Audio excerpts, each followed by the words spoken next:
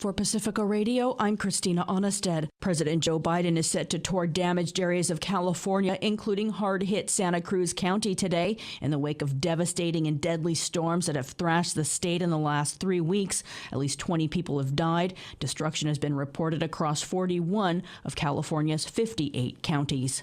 The countdown towards a possible government default is in the offing. Frictions between President Joe Biden and House Republicans are raising alarms about whether the U.S. can sidestep a potential economic crisis. The Treasury Department projects the federal government will reach its legal borrowing capacity today.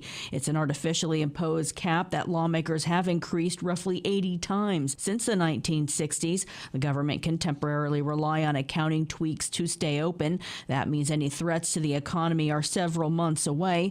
Republicans are demanding spending reductions that could impact Social Security and Medicare, something the Biden administration rejects.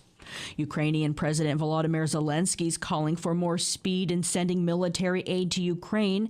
He spoke to the meeting of the World Economic Forum in Davos, Switzerland Wednesday. Christopher Martinez reports. Ukrainian President Volodymyr Zelensky addressed the forum by video, speaking 4 days after a deadly attack that killed civilians in the city of Dnipro. And then Wednesday, a Ukrainian helicopter crash near a kindergarten killed a child, a cabinet minister, and the interior minister's leadership team. Zelensky said his speech would be short because time is short. Tragedies are outpacing life. The tyranny is outpacing the democracy. Russia needed less than 1 second to start the war. The world needed days to react with first sanctions. The time the free world uses to think is used by the terrorist state to kill. Zelensky's speech comes as Ukraine is making an urgent push for new high-tech military aid. The supplying of Ukraine with air defense systems must outpace Russia's next missile attacks. The U.S. is preparing a massive military aid package totaling $2.6 billion that will likely include Stryker and Bradley armored personnel carriers. I'm Christopher Martinez.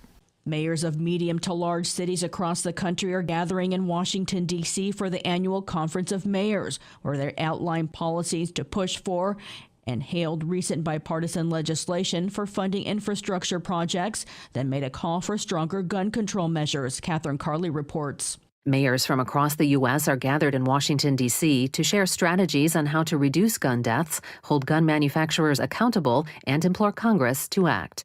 Pittsburgh Mayor Ed Gainey says improving the lives of impoverished young parents will help better protect their children from gun violence. Civil rights was not based on a whole lot of different things. It was based on the movement of humanity. We need the same type of advocacy right now when it comes to dealing with this whole gun culture. I'm Catherine Carley for Pacifica Network and Public News Service. They also held a panel on hate crimes and extremism. It comes in the wake of a Republican's arrest for hiring hitmen to conduct drive-by shootings in New Mexico of his political opponents. Max Pringle reports. Experts say disinformation, particularly online, has been the primary driver of a lot of extremism.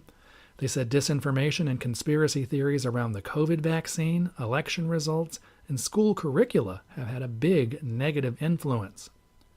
Among the invited experts was Mary McCord. She's a professor of law at Georgetown and director of the university's Institute for Constitutional Advocacy and Protection. She said online hate speech has been a driver for much of the recent spike in hate, but she added that all too often, elected officials can stoke extremism as well.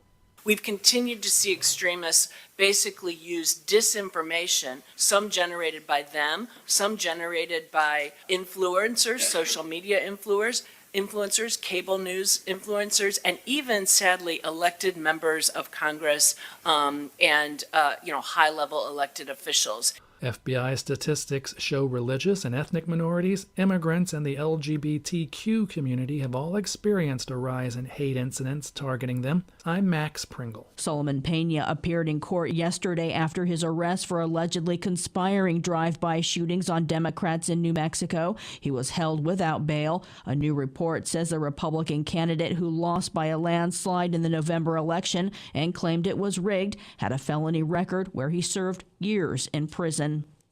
Activists took to the streets in Atlanta last night after police shot and killed a tree sitter who was defending a near 400-acre forest from being bulldozed to make way for Cop City, a large-scale training facility for police.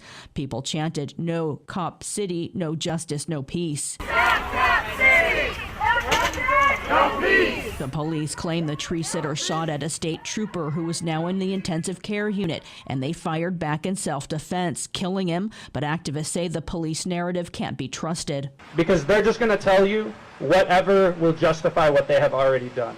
It's important that the people who care about this political movement not allow themselves to be deterred, discouraged, and intimidated by police attacks, by excessive charges, terrorism charges, and indeed by police killings of activists in this movement. Some 6 other activists were arrested for terrorism charges. Activists are also calling for Atlanta city officials to stop building Cop City in Atlanta's largest forest preserve. I'm Christina Onnested reporting for Pacifica Radio.